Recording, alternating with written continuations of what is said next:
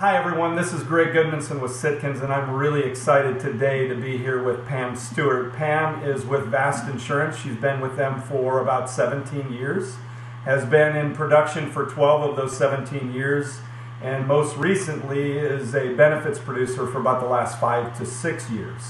She's a great catalyst within Vast, is also over the course of the last year has become an owner and has taken part ownership in the organization. I'm really excited today to talk to her about being a catalyst. And so Pam, thank you for being here today and spending some time with us.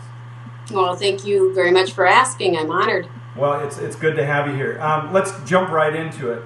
You know, in terms of being a catalyst, that's that person who really demonstrates what it takes to be successful. And so give me an understanding of what are you doing right now to lead your organization in sales results and really be that catalyst for Vast Insurance? Okay, well, there's many things obviously that make up the whole, and the whole with concept of catalyst. I don't even know if I'm comfortable being called that, but thank you. But there's many things that would go into that, and for me, probably the most important is a sharing of the wealth, so to speak, a sharing of the wisdom with the rest of the team. I, or any individual on my team, is only as good as the rest of the members. So therefore, if I come back from the field and I share whatever worked, or I come back from sales mastery and I share that, then I'm just helping everyone to get better. Truth be told, it's really self-serving because it helps me then to solidify that skill, whatever it was, or that conversation, or that piece of acumen, whatever it was. It's helping me, but at the same time helps them and encourages more of the same in the organization. And I hold myself to a really high standard of performance, first and foremost, for me, because I feel like I owe it to myself. But there's no substitute, I believe, for leading by example, and I'm acutely aware of the eyes on me, and that everybody is watching me, and I have to model the right behavior for the agency as a whole. Yeah. And so whatever I'm doing that's successful, there's going to be a likelihood they're going to model as well, and that's motivating to me.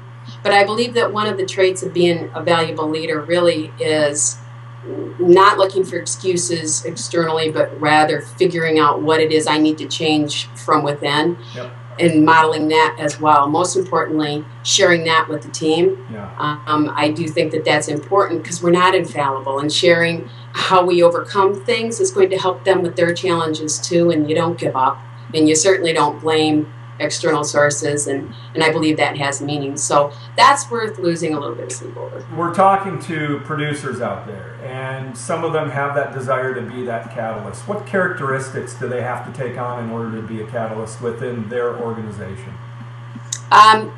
First and foremost, I think you have to be driven. You have to really want it. You have to be driven. You can't accept anything less from yourself than you know that you're capable of doing. You have to work harder. You have to work longer. That's just a reality. But you have to be smarter than anybody else in a way, because if a smart person knows that that's not an unpleasant thing to do, if you're really passionate about what you're doing, it's easy to be driven. Yeah. I think being honest is critical, because you have to first be honest with yourself. And be able to honestly assess your own ability and the effort that you're putting into it, and why it is working or not working. Because if we're looking to blame circumstances on or use other people for our shortcomings and our failures, we're going to fail as a team. And what kind of a model have we been? I think you have to be humble. It's hard to be humble for producers, especially because they kind of go, there's ego there, and there has to be a certain amount of ego. But you do have to be humble, and you have to be able to possess that desire to be competitive and succeed, but at the same time being confident and comfortable enough to be almost as probably more happy for others when they succeed, and be able to show them that. Right. And then really just, I think, being a really good communicator is helpful, working on those skills, not being afraid to perform in front of everyone else. You got to put yourself out there first. If you want that to be modeled, you got to put yourself out there, and your skills are getting honed while you're doing that. You're getting better and better and better. Yeah. So without those traits, I think